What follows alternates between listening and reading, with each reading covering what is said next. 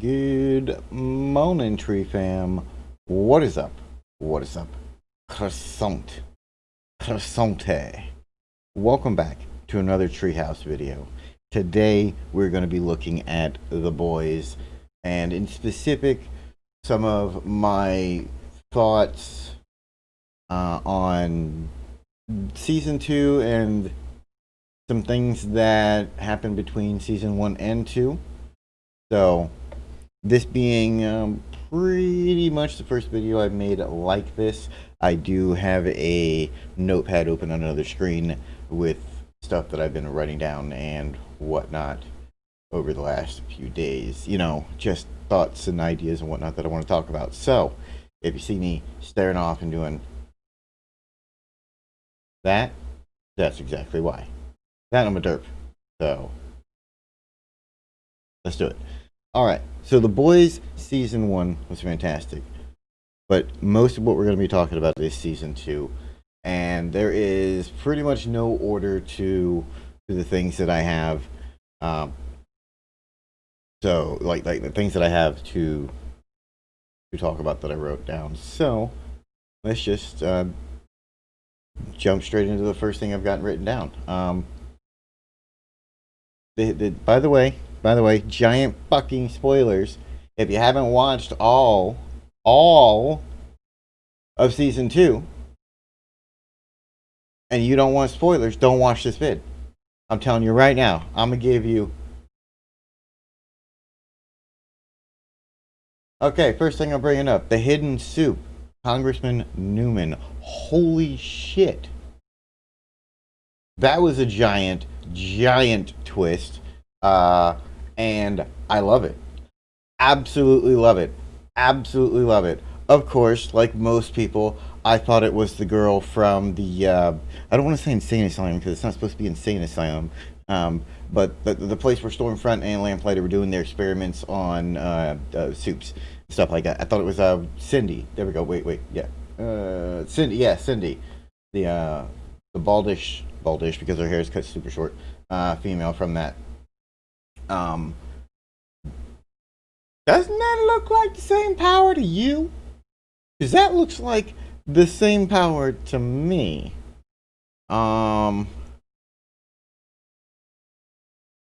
Like, it, except that Newman's is exploding out, and what it looked like is Cindy, she was able to crush in with the can and then possibly explode out with the bodies that she was doing, but I couldn't really get a good look at how Cindy was exploding the bodies. But those two powers, Newman's and Cindy's, they seem awfully similar. Awfully similar. They've got to be related in some kind of way, or like yeah, they got to be related in some kind of way because like it's supposed to be like Compound V is supposed to affect everybody different. In nature, there's repeats. So, yeah. I think there's some kind of related, maybe sisters, or even like a mother-daughter situation. If you're like, oh my god, what? They're saying it. Yeah, well, Stormfront was like fucking 100, right? So, yeah. Yeah. Like, Newman, and this is getting into like part of my my theories and stuff like that. But what's it called? Newman doing what she's doing. Like at the moment, we have really no idea why. But if she didn't have, if she is related to Cindy in some way, and she didn't know where Cindy was, and she was looking for her, like everybody's looking for Lamplighter for how long? And there he was. You know, if she was looking for Cindy and didn't have contact with her, couldn't find her, but now she does. They gonna team up and cause some chaos. Cause some chaos. Little head explosion there. Little body explosion there. Maybe a fire hydrant over there gets, you know, it's possible. Chaos. All right. All right, so that's one idea. I had one little point that I was thinking about. Um, do do do do do do. Also, this one, like Becca. Okay, Butcher's wife, right there in the picture, right there. Becca, Butcher's wife. I don't really care about her. I don't really care about her story whatsoever, and I do not think. Um, I see a lot of people feeling like he got some closure with what happened. And I'm sitting here like, how do you motherfuckers see closure in the fact that he just found out his dead wife was alive, found her, was on the way to getting back together in some form or fashion with her, and now she dead, Jim. And now she dead, Jim. How is that closure and not more enraging? Oh, I got this thing that's like the holy grail.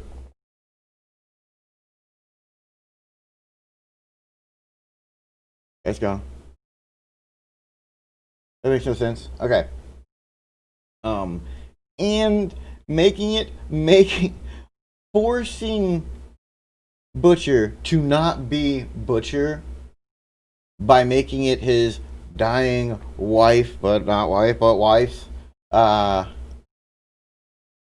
like her final wish of, don't hurt the boy, don't hurt Ryan. He's a good kid and all that. So he doesn't.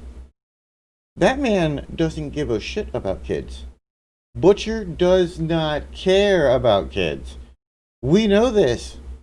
The end of season one, Madeline Stillwell's, that's her last name, I think, baby, was in a crib in the room that he literally fucking blew up. He blew up the room. Him and almost said Highlander. Haha. Him and Homelander escaped. Because Homelander. I guarantee you Homelander didn't grab that baby.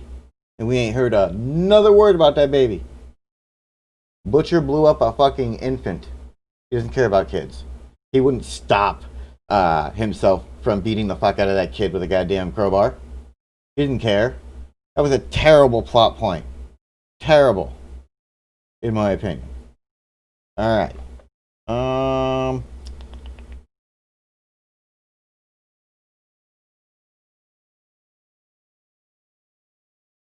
Yeah, I mean, on like in the same scene that's in, you know, how Ryan gets like super upset and he unleashes his power, his laser beams, you know. How did Stormfront get completely crippled and lose almost every limb she has, and looks like a frog on a south highway? Just like no water, no nothing. Made the mistake of touching the pavement, then melted into it, and now it's just burnt. Like what? How did she end up like that? And the mom just get a nick in the neck when they were right there, right there. That makes no sense, none whatsoever. Um, Most of the things revolving around Becca, I just don't like. Like, just they feel more annoying to me than any other any other aspect of the show, pretty much. So, yeah. All right. My thoughts on the Vought hearings attack, and now that we know that Newman did a great job, by the way, making it look like she was scared out of her mind. Fantastic, fantastic. I love that. That was great. Um, what was her like big purpose for the attack? Did she do it just to kill some personal targets? Um, we know she took out Shockwave, which inadvertently is the pretty much the only reason that A Train is back into the seven, because Shockwave was going to completely take his entire place, take his outfit and everything. Like, did she purposely do that to get A Train back on the seven? Like, that's one person that she killed out of what, like 20 in that room? There's enough blood that people were like slipping around and everything, like a what's the Acme cartoons from back in the day, you know? Okay, so what's up with that? What's their plan? Newman's going to be a integral part in the next season for sure. That is it, of the obvious things in this show. That is absolutely the most obvious thing at the end of this season. You know, by the end of the season, anyway. Um, yeah, I'm not a huge fan of the deep, and pretty much since day one went, that dude's a cunt. Okay, I'm not even caring because it's like he can go find a cave, a deep cave, and stay there. His his entire story is meh. Like after episode 3 or 4 of season one, or whenever he was outed, his character should have been done. So okay, done. Why are you wasting screen time on this character? Yes, the actor looks amazing. The character can straight go to fucking comedy and whatnot, but it has nothing to do with the main storyline. Or at least that's the way it feels to me. You know, like what what integral part in any major plot point in season 1 or 2 did did the deep like be the MVP of? That's what I thought. Yeah, okay. Um I like that he can talk to animals, aquatic animals specifically. Um I wish it was on a cunt. That's all I got to say about that. What else we got here? Also, like, you remember when Stormfront said, "Laser my tits," okay, and Homelander was laser and dim tits. Well, I know he's holding back. I understand that he.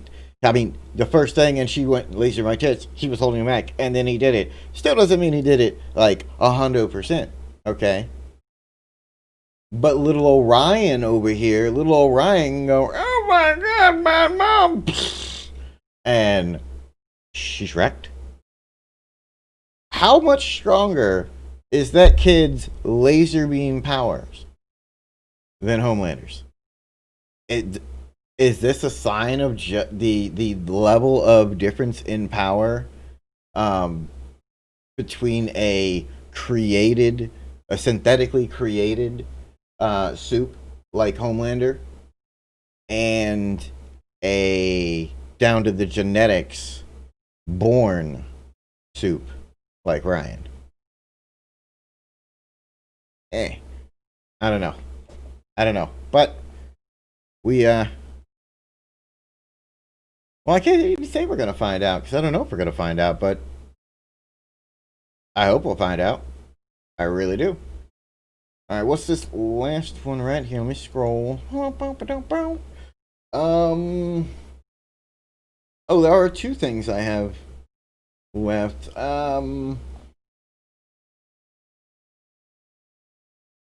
So they both involve like what I would like to see in season 3. These two things. I'll go with the less wordy one because I feel lazy and don't want to read that big ass sentence one. And yes, I wrote it, and I'm too lazy to read it. All right. So what's gonna happen at with all the escaped soups from Stormfront's little experiment lab with Lamplighter? Is season 3 going to be about tracking them down with a new soup watch team made at the end of the season? I can't remember her name, but the dude that Butcher gave Ryan to at the end of season 2, she made a team, whatnot, offered him a job. He walked away with a almost like smile, a Butcher smile. Okay, it's not a smile, but it's a, you can smell the smile. Okay, you can, yeah, that dude's smiling. Okay, you can do that. Is season 3 gonna be all about like tracking them down and everything? Because like that's a bunch of pissed off soups with a lot of powers about to do a lot of stuff. It's not like they're gonna go home and go, I'm gonna hide. No, they've been fucked with and they got a lot of power. A lot of power, a lot of anger equals a lot of chaos. Woohoo! I mean, chaotic neutral. Anyway, the other one and the final thing I'm going to bring up during this video is personally, and I know this isn't going to happen, but personally, I'd like to see season 3 come in with a time jump. Oh my god, Cherry's talking time jumps! Oh my god! Yes, I am. Yeah, I'm talking time jumps. I'd like to see, you know, what the storyline with not only the escaped, I keep accidentally almost saying convicts, but they're not convicts. They were kidnapped. Okay, the escaped soups, the escaped experimented soups. There we go. I want to see what's going on with them. Not like right after they get out and they get caught, kind of thing, but after they got out and they got away and then they started to establish some kind of life or lifestyle or something like that with their powers and everything, you know, after what happened. I want to see something like that. I want to see what Ryan does as a, you know, not annoying little child, want to squash little dink. Okay, yeah, I understand. He's a kid. I get it. He dink. He's dink. He gives me right now, he gives me pretty much the same exact feeling as Carl from The Walking Dead did on episode fucking 1. Okay? Shut up. Shut up. Sit in the back until you grow up a little bit, and then we'll fucking talk. Okay? That's the Ryan vibe, okay? Alright, but I want to see what he feels like and what he does and can do and thinks. Maybe like 7-10 years into the future. Give the kid that much time, then we'll see. Okay, maybe he'll pull a Carl out of him. You know, yeah. I'm pretty sure that's not going to happen. But with all things, a beard can dream. So, with that, that's going to be the end of my Boys Season 2 talk video. Let me know how I failed and how much you hated the video. I will see you guys on the live stream later on today. If you don't know, my name is Cherry Blossom with one S, because if I had two, I'd be too powerful. I stream every day on Twitch under the same name as the YouTube. Come check me out.